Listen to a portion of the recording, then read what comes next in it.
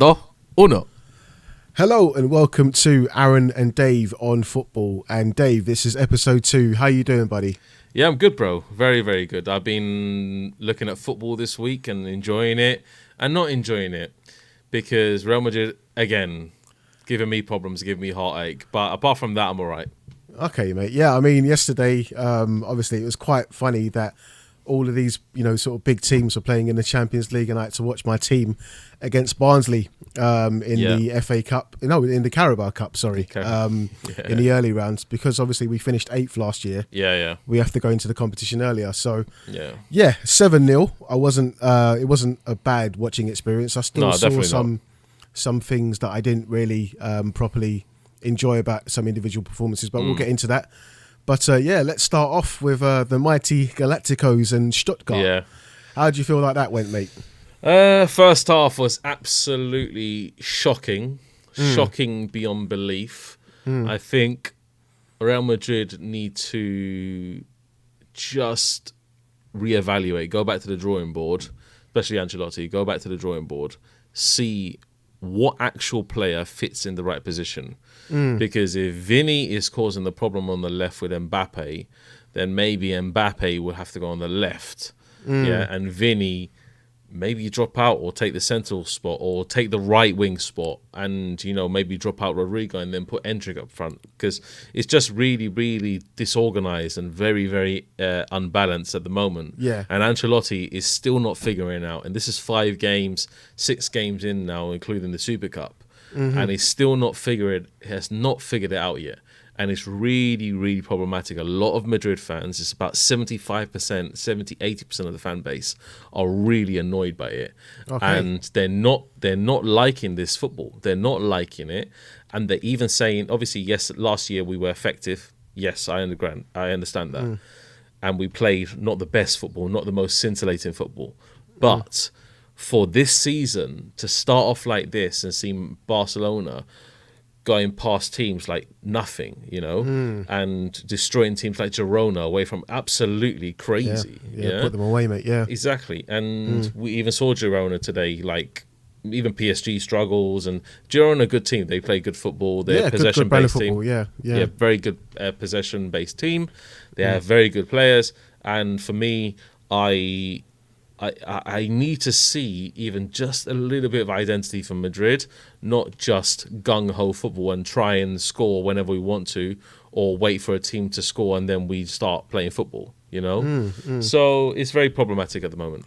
I don't know if you noticed, to wind you up, I've got the Barcelona colours in the background. But we'll move away from that. But yeah, don't worry, I got it coming, bruv. I got it coming for you, mate. Barnsley, Shit, man. That's where you're at, innit? That's the position, mate, that's the level we're at. That's the level we're at. Do you know what I mean? We can only beat teams like that. We can only put goals past teams like that. Do you know what I mean? Obviously. But I wanted to ask you, so you kind of mentioned it when you were speaking a minute ago. So what is the difference that you can fundamentally see? Because I think 5 games into a season, you can kind of get a bit of a barometer of what's happening generally. What's different from the football that you were playing last season? Is it because you've got too many options and maybe Carlo has maybe kind of snookered himself a little bit in terms of having to manage all these egos and then taking that onto the football pitch? What would you say to that? I think there are a lot of egos. I think Vini's one of them. Mbappe's another. Rodrigo's not too much of an ego. He likes to play for the team. I understand where Rodrigo's coming from. He's a team player, isn't he? Yeah, he's definitely a team player. Yeah. Bellingham's got an ego, but he also plays a lot for the team. He contributes a lot to the team. I think Bellingham's got a developing ego. I think that's to come. As well. Yeah, he's kind of like a quick starter in his career at football, and obviously I got him behind me at the moment because for me he was absolutely sensational against Stuttgart. Absolutely sensational.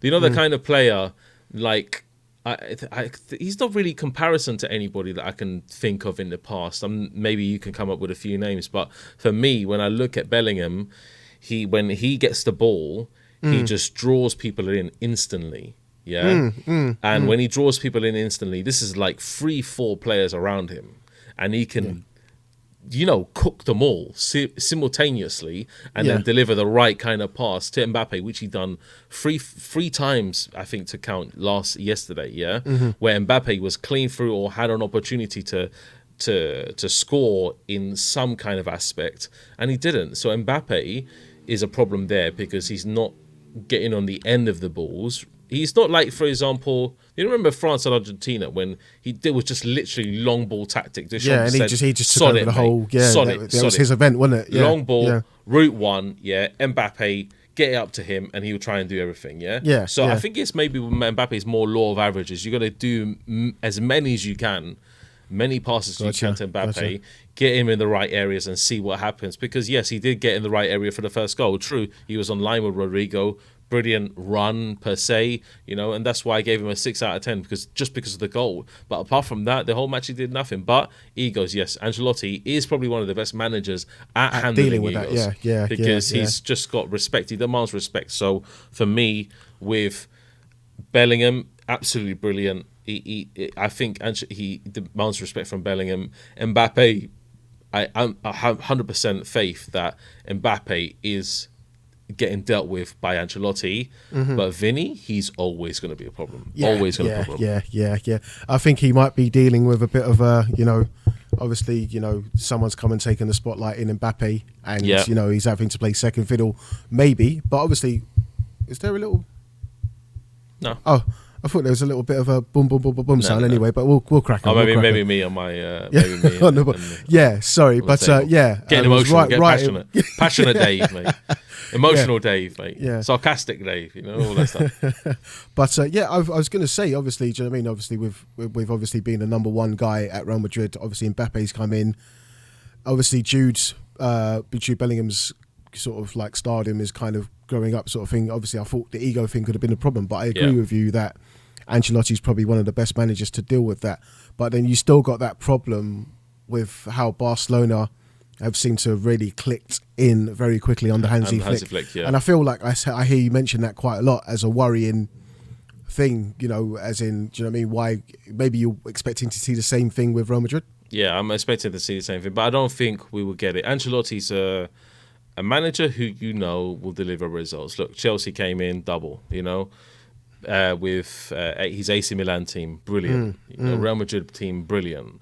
Even Everton, even kind of in the beginning phase, was good as well, So if you look at it on the face value of things, then Ancelotti is doing a good job by results. We haven't lost yet. Come on, I don't remember the last time we lost. Pretty much was Atletico Madrid last season, So that kind of statement where we cannot lose or we don't concede many goals is very good, and that I think that is credit to Ancelotti because Real Madrid were always a team that never were the best defensively.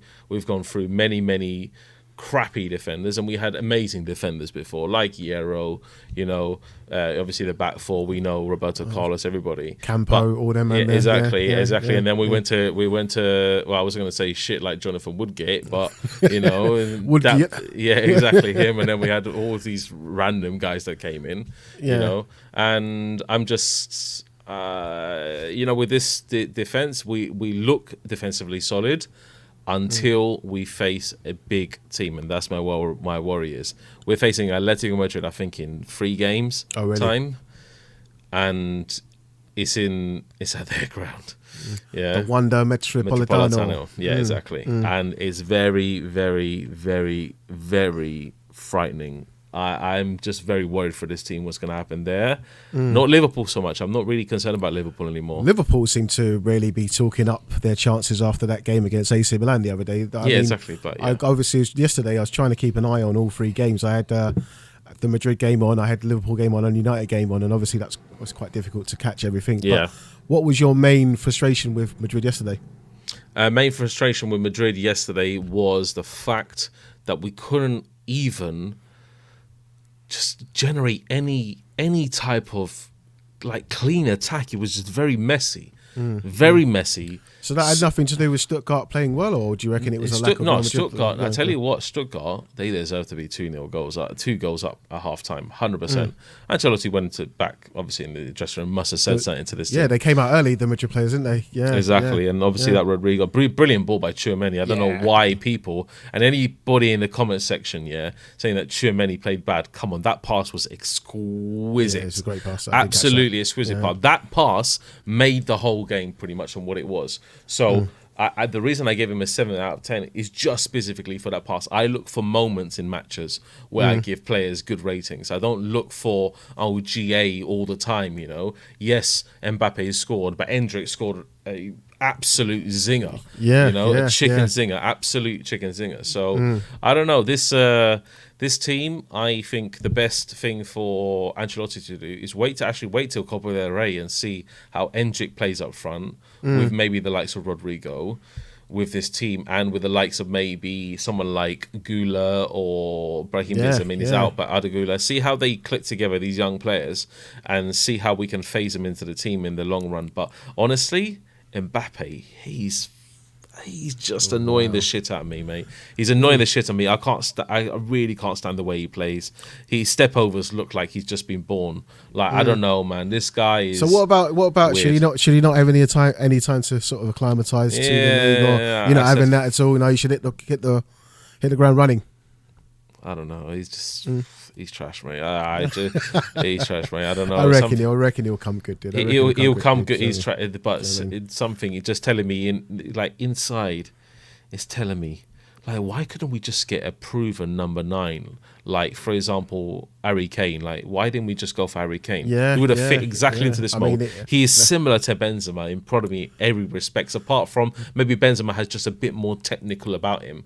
Yeah? I've got to say, with Harry Kane, though, dude, as you saw yesterday, and as you always see with Bayern Munich when they play, it's all centred around getting Kane goals. He needs the legs around him, and maybe that was how you guys maybe dealt with Benzema a little bit as well, sort of thing. The end products, all the plays done by Vinny and Rodrigo, and then bang from Benzema. Do you know what I mean? we miss Benzema, and we miss an actual true deep line playmaker like Cruz. That's what we miss. You can just tell it. But Bellingham, I slated him before, and I just got to apologise to him, because this guy, you can see what he offers on the pitch, and there's something different. And people were saying that Bellingham stunk yesterday. All those people can actually piss off, because he was by far the man of the match, absolutely by far the man of the match, and deserves all the credit that he gets, because there's something about him.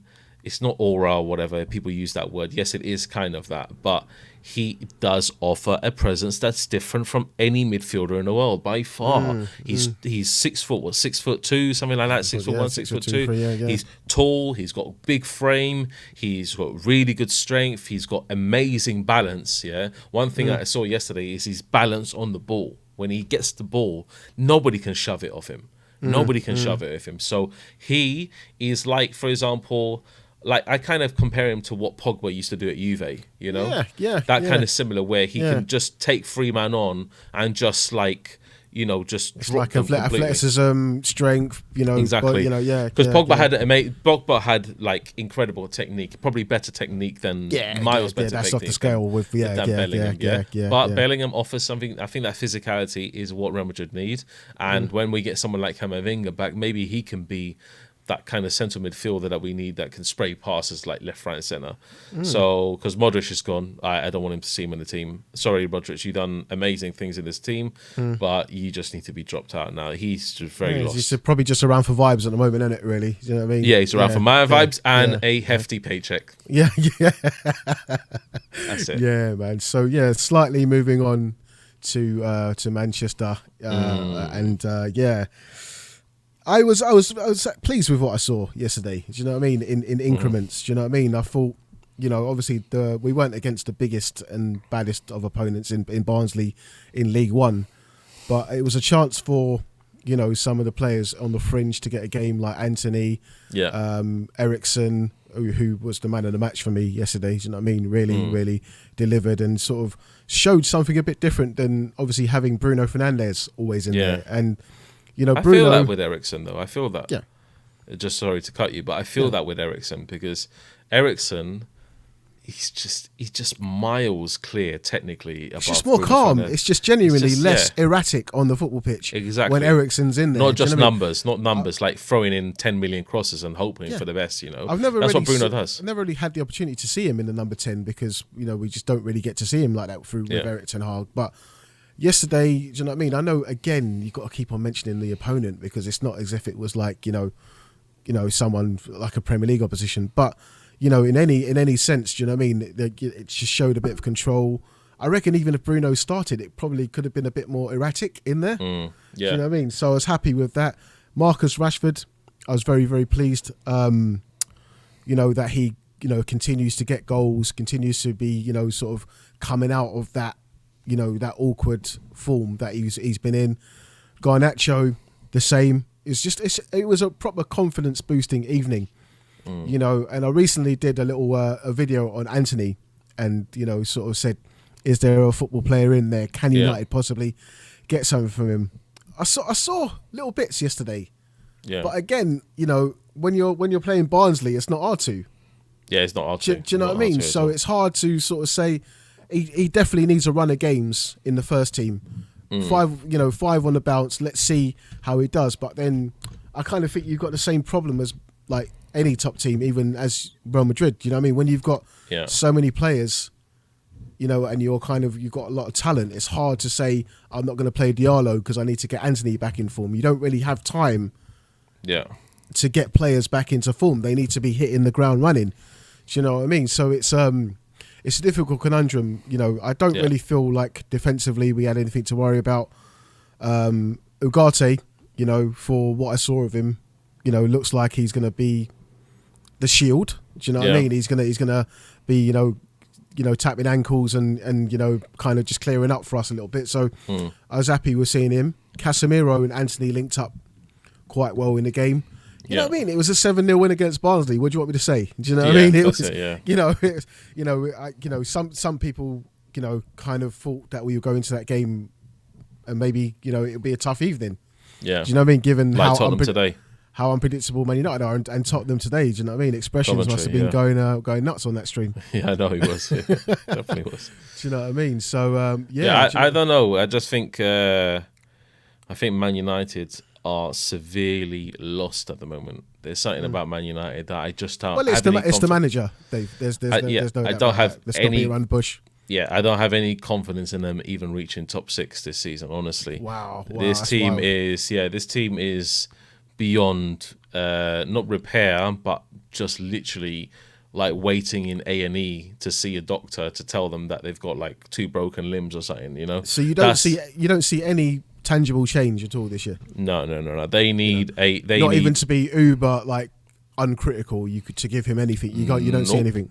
Nope, not at all. When Man United won the FA Cup, all the fans got giddy. They're like, "Hey, we're gonna be this and that. Oh, let's go and get Ten Hag. Let's send him a letter to the board or whatever." The FA Cup didn't fool me at all, mate. I saw right through that. That was a one-off game. Do you know what I mean? And anyway, it's luck of the draw, really. You will see it. You will see it when you face 20 in the Europa League, FC 20, and 20.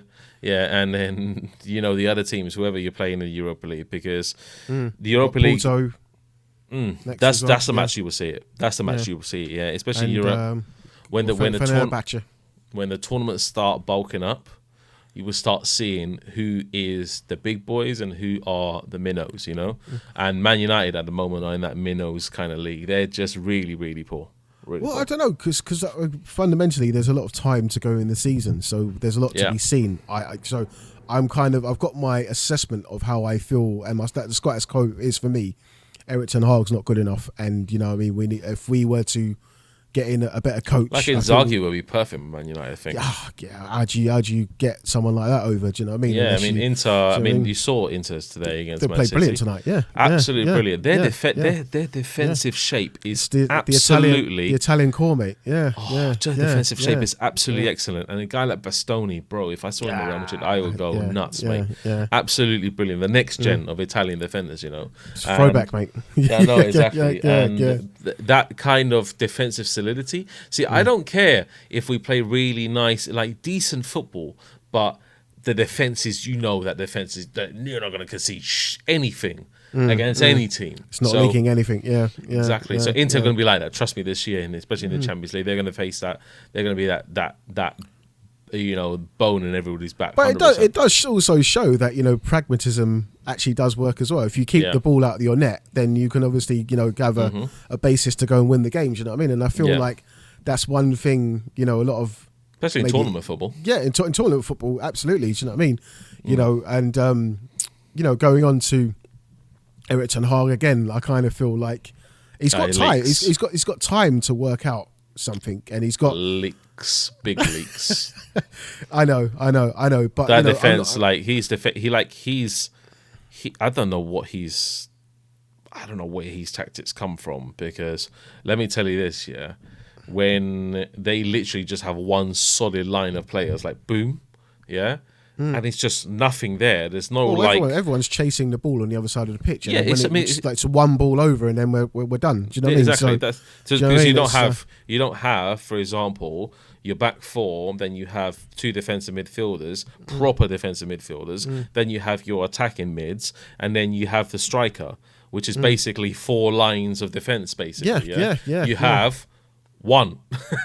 Basically, and they're all over the gaff. That's it, mate. That's it. It's like ready, steady, go, and then everyone just runs. It's like it's just like you're chasing off the ball. Real Madrid are doing the same at the moment. Real Madrid have the same problem. They just one ball cut through the middle, and then it's like Stuttgart had so many attacks yesterday.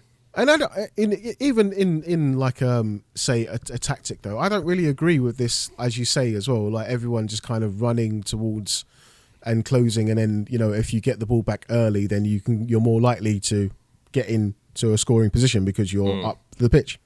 Yeah, exactly. But you can also play nice and tidy football and play out.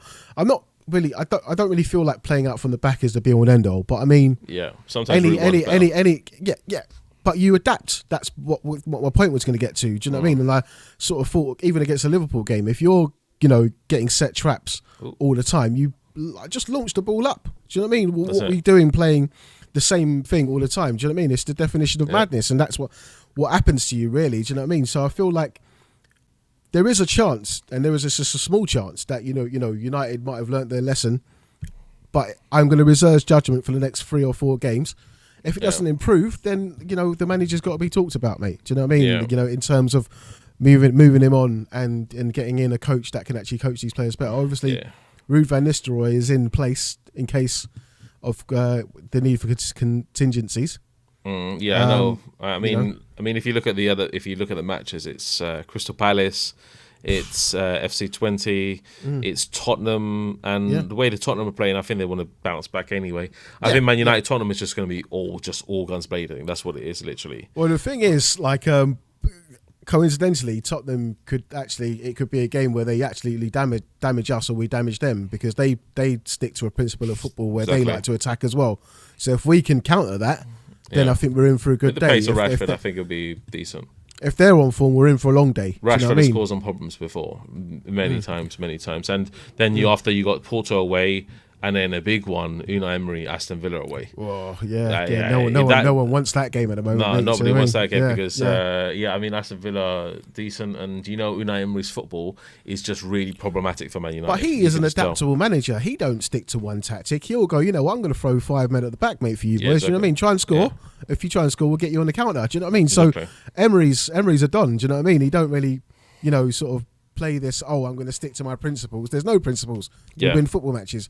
Do you know what I mean? Whereas I'm worried about Palace, because Palace can bop. They can bop the football about. Do you know what I mean? And that's I'm kind of worried. But they've got individuals like Eze, they've got like Mateta, they've got, do you know what I mean? Like a lot of players that could just bypass what we're doing. So they haven't won yet this season. We've got to adapt better than what we've been doing. Do you know what I mean? They haven't won yet, but they'll give you trouble. They'll give you trouble. Yeah. Do you know what I mean? But every game they've been by far the better team. Do you know what I mean? So true. Yeah, do you know what I mean? And Palace have been known to give us a bit of a roasting recently. So do you know what I mean? They'll have that. Yeah, definitely. Like the old Southampton with Matt Letizia. Yeah, exactly. That's it. Yeah, man. But man. I mean, football's been good. The new format, obviously, Champions League quite enjoyable, Dave. The only problem is that it does bulk up games too much. It's bulking up these games. And there's games literally every day of the bloody week now, isn't there? It's like literally like League Cup and like Champions League, and then Premier League's like 2 days away, and then the next week is probably, and then when FA Cup, what's going to happen? Yeah. And then, it's obviously Champions League, then Europa League, and then it all goes in weeks, doesn't it? So, and then it's just 1 week after the other, and it's just, I don't know what's going on, man. It's just really crazy. One subject in football I wanted to ask you about, Dave. I was listening good for content creators, by the way. Yeah, definitely. There's lots of opportunities for growth there. But the lots of players are kind of saying that they want a say in fixture congestion lists and stuff, like how the calendar's too big. Do you feel like they get compensated enough money to not really argue about that, or do you reckon they have a valid point? That's one thing that was one of the arguments that I've seen, that brother, you're getting paid like 100k, 200k a week. Like, who cares, bro? In some cases, like Messi, you're getting paid, £1 million a week. Exactly. So that argument's deaded already. And that argument's deaded already. They get paid so much money. I mean, I feel sorry for the players, maybe on the lower end of the spectrum. That's but but they're still on like 20k a week, or 30k, or 40k, 50k a week. So I don't think they should be who cares, man? Just like Simon Jordan made a really good point earlier on TalkSport, though. He kind of said that it only really affects the top 6 teams in each country. Yeah. Because if you look at the other ones, they play like 40 games a season. Yeah. Do you know what I mean? So if you look at like the top 12 down, they don't play that many games. So how are you going to make an argument for every footballer to have an equal feature list when not everybody plays the same amount of games? Exactly. Yeah. Do you know what I mean? So it's an argument. So you're basically just creating another argument to create this Super League mentality. Do you know what I mean? One big mate that does that a lot is Pep Guardiola. He's that a whiny guy. Bitch, he's a whiny little. See you next Tuesday. Honestly, that guy. He whines about the fixture list all the bloody time. He's a all crybaby. The time. Absolutely. Good manager. And not my goat, but good manager. And I think definitely that he's whining and moaning to refs and all this, and the boards who make these fixtures, and the he's definitely got main man syndrome, hasn't he? Really, you know what I mean? He definitely has. Yeah, everything is like Balotelli, like why always me, that kind of thing. Same thing. He's the same, and Arteta does it a little bit as well. And Klopp Arteta's whining as well. Klopp used to do it as well. So I think they all are, really. Do you know what I mean? Eric Ten Hag's just like out of his depth and stubborn, but he's got no right to be. But do you know what? I mean, a man like Kenny Ken, he actually put in his story on Instagram. He said, "Why doesn't the English football system have a Christmas break and implement a good Christmas break the Spanish football?" I've been saying that for the longest time. How out of all of these features we cannot incorporate a 2-week break, even a 2-week break during December and come back in January? Why is that illogical in English football? Yeah. Do you know what I mean? But again, I feel like there's lots of traditionalists that say, no, that can't happen in England. We don't need that. But then, because they love the Boxing Day fixtures, isn't it? Everybody's we got some turkey sandwiches with stuffing and gravy and pour it on, and then let's football's watch on in a minute. Football's on in a minute. Let's get some absolute crazy turkey sandwiches. Let's get some leftovers from yesterday's Christmas dinner. All those kind of guys. So these kind of guys are weird. So those are the kind of football loyalists that want the Boxing Day fixtures. And to be fair, I'm not too far away from it. I quite enjoy it, but also it would make sense in the whole grand scheme of things to say, you know what, let's just get rid of the Christmas fixtures and come back in January. So the players. But it's like, when did sense ever make sense in football, really? Yeah, absolutely. It never makes sense, bro. It never makes sense. There's something about football that is such an allure, especially in England, that they need to keep those Christmas fixtures. In Spain, everybody's on holiday anyway, man. Everybody's doing a siesta, mate, halfway through. Nobody gives a shit about football. Well, they do, but nobody gives a shit about football to that extent where the players can't get a rest for a week or two before they restart again in January. Who cares, bruv? Like, that's it. It's simple where a team like Real Madrid, I've barely seen a Real Madrid manager complain about congestion fixtures. Honestly, fixtures like in La Liga compared to, but I tell you what, when Copa del Rey starts in these Champions League, this extra game or two, extra 4 games in the group league stage, then they will complain about it. They will. Yeah, man. And I've got to say, one last topic before we go. Yeah. Obviously, as a child of the 90s, not to do with football, but obviously the Vince McMahon documentaries coming out on Netflix. Just wanted to just get your point of view.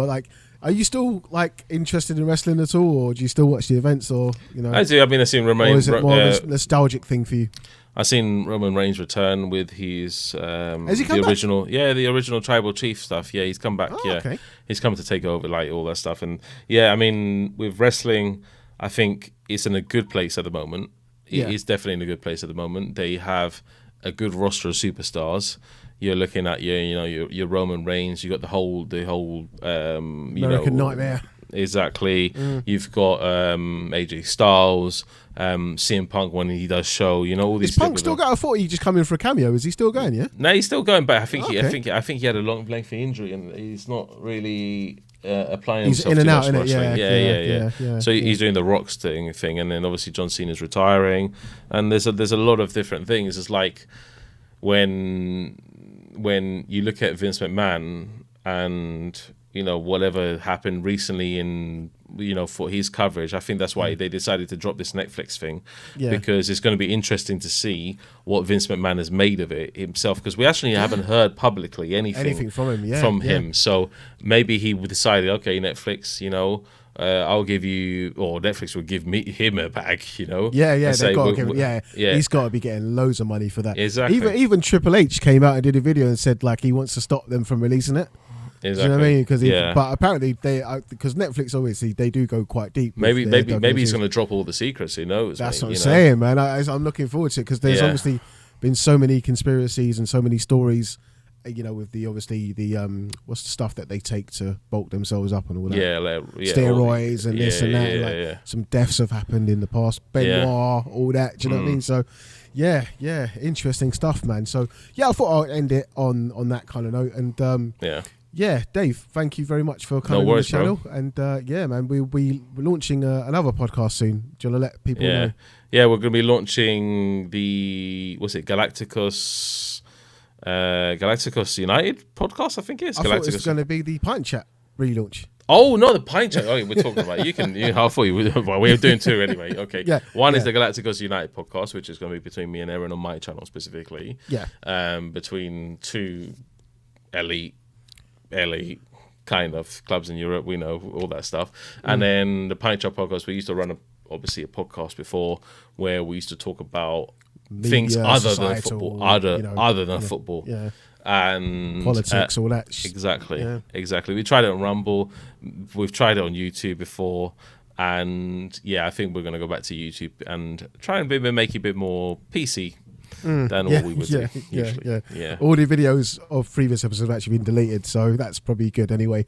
So start afresh. But exactly. So that's pretty much it. And then Pint Chat podcast should be a good start. It's launching back on your channel, which is good. Obviously mine's just Madrid based, so I can't launch a media based, or like politics or whatever. Maybe in the future. Maybe in the future. Yeah. Even my girlfriend has a lot to talk about politics. She talks about it every day. She get her on Pint Chat. Get her on Pint Chat. Yeah, she loathes Trump, absolutely hates him to bits. So wow, mate, we've got a lot to say about that. And then I tell her about it. It's like mouth shut. It's all right, but it's all good. It's all good. We'll see where the Pint Chat leads. And obviously we got two other esteemed guests. We got Matthew and Aji, who have been very vocal, and Matthew's more of the kind of like the guy who brings the comedy to every to everything. And Color commentary. And Aji is the serious brother who goes into like 5-minute segments, like monologues, and nobody speaks. That's what it is basically. Got to respect the edge. That's it. But lots more to come on my channel, and obviously lots more collabs to do with Dave. And I'm seeing you growing, so it's all good, mate. When you reach that 1,000, mate. Well, it's a long way away, mate, and obviously, do you know what I mean, with work and obviously trying to be, an aspiring, content creator is difficult. But hopefully, I'm up there in the semi-big leagues with you soon, mate. Yeah, I'll ask when the Gunner does a Man United watch along. I'll ask him to invite you on, and I can join along with him on the Man United stuff. Excellent. That'd be Sounds good, good, mate. man. Sounds It'd be good. I want to see your reaction really to a Man United match. I've never seen you watch a Man United match before. I think we used to do that back on FanChat TV, but that was that's a long time ago. Yeah, that was a long time ago, but I want to see you react properly to a Man United match. Literally, there'll be some rage, Dave. There'll be some rage. In remotely, mate, especially with Tottenham match coming up. I think that's going to be a good one, and he will definitely do that. He will definitely be doing that. Yeah, 100%. Cool, man. Cool. Well, we'll definitely get on that. Anyway, Dave, thank you very much for being my guest. No worries, bro. And everybody, if you did like this video, please like and subscribe to the channel, and obviously Dave's as well. So thank you very much for watching, and sayonara. Real Madrid.